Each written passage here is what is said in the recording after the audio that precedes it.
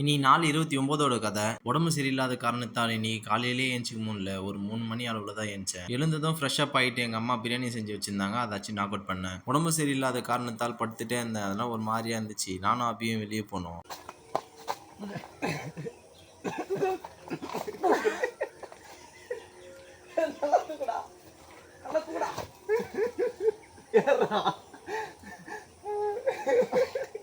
கால முட்டை குடிக்கல.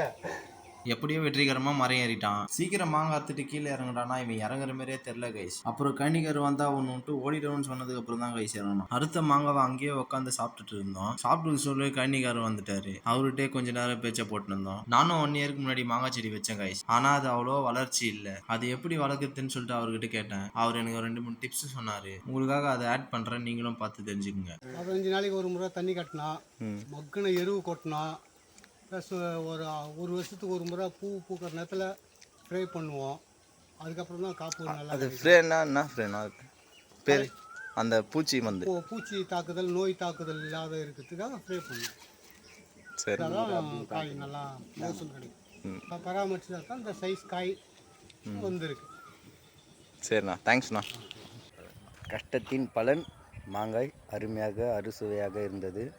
நல்லபடியாக சாப்பிட்டு வந்துட்டோம்.